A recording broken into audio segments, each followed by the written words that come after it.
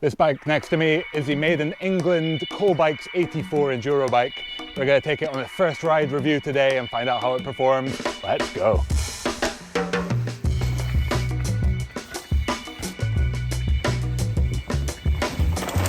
Hey, what's up guys? Thank you for tuning in to loamwolf.com. Today I'm here in Sheffield in the UK with Gav from Colbikes. And I'm going to take this Col 84, their full sus enduro bike. Well, yeah, enduro bike, only bike, park bike, BMX bike, mountain bike. Whatever you want it to be. Yeah. For a little first ride review, they've managed to get one together for me to check out and report back on how it performs.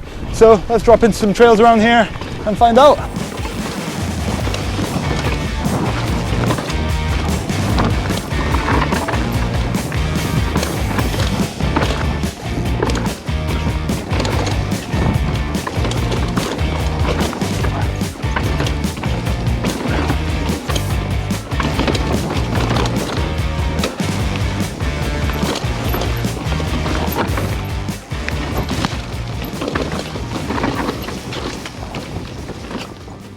So we've done a couple of laps now, feeling pretty good on the bike. Let's learn a little bit more about it, and who better to tell us than the man who makes them himself. So this paint finish was a special paint finish for Tommy C, another YouTuber that you might have seen, you know, flying around on the World Wide Web.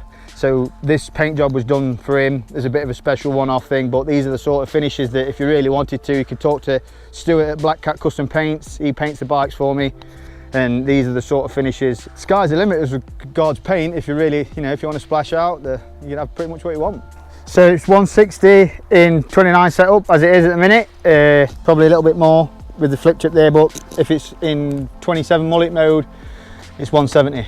Between the wheel sizes and the flip chips, you can go from a 64.5 degree head angle down to a 65.5. And you can, if you go really at the bottom, you can almost push 63 in mullet, but tend not to bother, it just gets a bit wandery. Do you recommend air shock, coil shock, either shock? For ease of setup, an air shock is always easier, but if you're willing to put the time and effort in, it's really rewarding to ride it on a coil. That's what I tend to ride mine on, and most of the lads that have, you know, really pushing them all ride coils. But if you want to set up really quick and be able to dial it in from, you know, trail to trail or place to place, it's always easy with air. So at the moment it's frame set. Yeah. Off the website, you pay a deposit, puts it into a build queue, and then obviously as soon as it goes into production, I email you to say the bike's going into production. As soon as the bike's finished, I'll let you know, and then you can choose from 2 RAL colours, and then it'll go to paint, and you'll get a choice of a decal colour and a frame colour because all the decals are painted on. And then after that, I ask for the rest of the payment up from there and invoice you, and then I'll ship the frame, and then you get it. If you do want a full build, or you know, to add specific parts, just, you know, fire us an email and we can go through what we can get, what we can't get, and what we can do for you. We can always work things out. Rideworks, who make the linkages as well, they also do like a finishing kit of a BB headset and a seat clamp. They're the UK made manufacturer who makes the linkages for these bikes, and yeah, it's really nice stuff. Pricing is £2,800 with a shock, with a super deluxe, but obviously depending on your coil choice or shock choice, that can fluctuate. So that's where we are at the minute, but that's a full UK made bike, so everything is made within like 100 miles of my workshop, so even down to the linkages, the tubes coming from Reynolds, so everything's, you know, all full UK manufacturing. So there are UK manufacturers out there that, you know, are UK manufacturers, but not a lot can say that everything's made within 100 miles of their workshop, even the paint. That's awesome. Awesome, man. Well, the product quality seems like it really speaks for itself there. It looks fantastic, and I think we should go get another lap in. What do you say? Yeah, oh yeah, definitely. Let's go.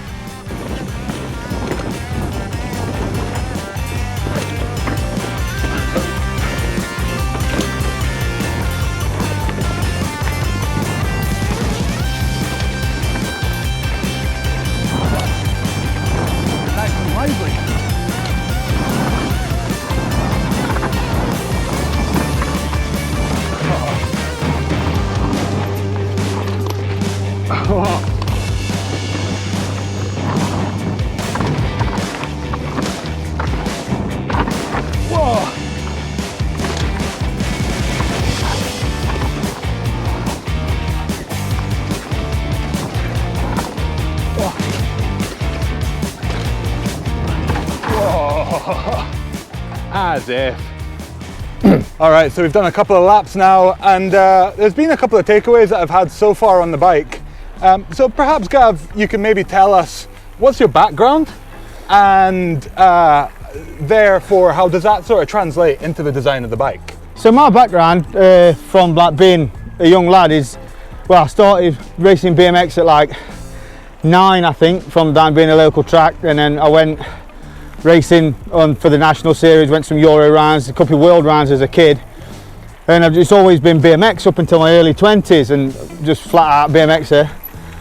And then got into work, started welding as a fabricator for the next 10 years, just carried on doing that, and sort of fell back in love with my bikes again in my early 20s, and decided to start Coal Bikes after working for a couple of other little UK brands.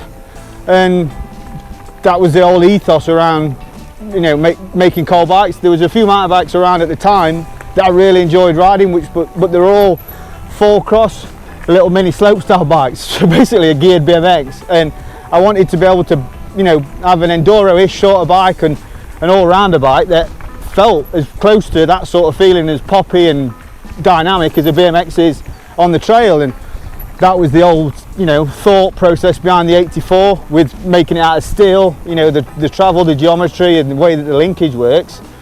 And some people might question that for a mountain bike, but in my eyes it works really well for the style of riding I do. A lot of bike parks, you know, steady days out with the lads on the hardtails, and then some hardcore like warning laps. And you know, right, it's not perfect at everything, but it's pretty damn close to good at most things.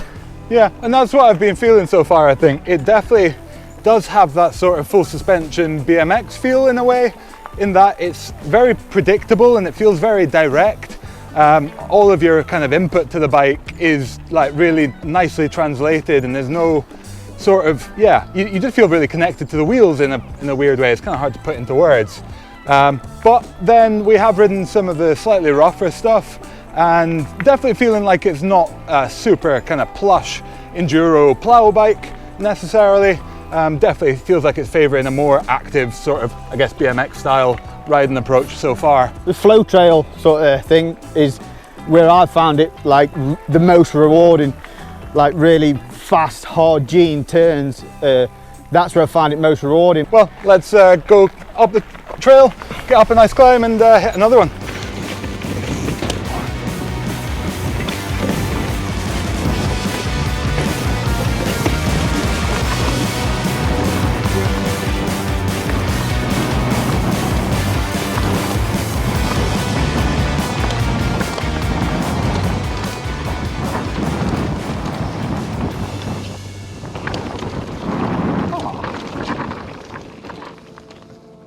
So then, how does this Coal Bikes 84 ride?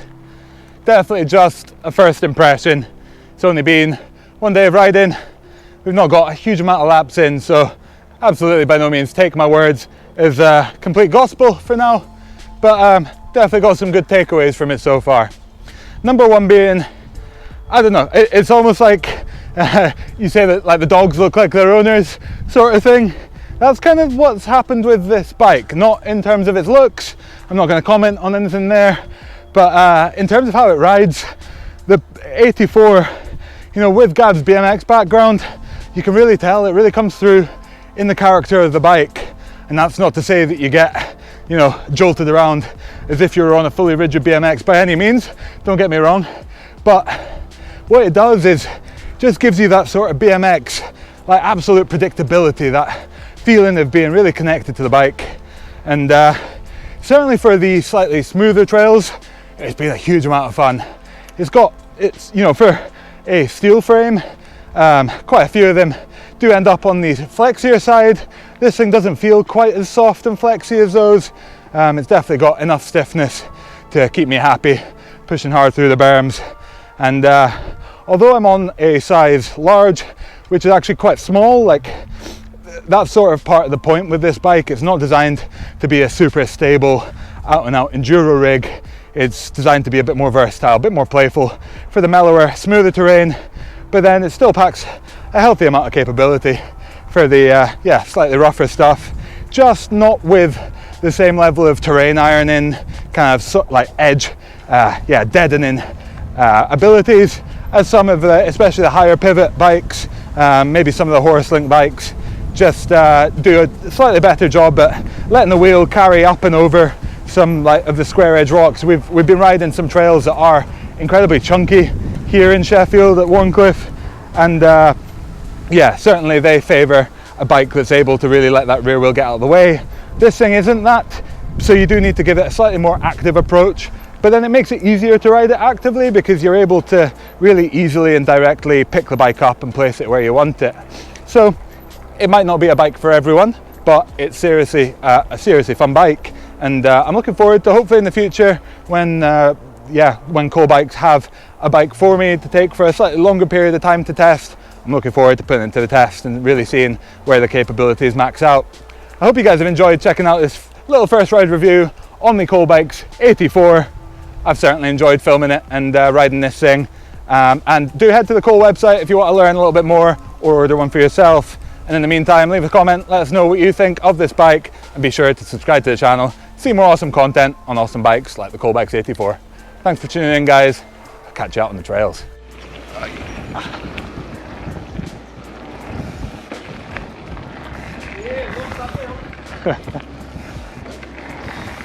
Yeah, I passed the test, I'd say.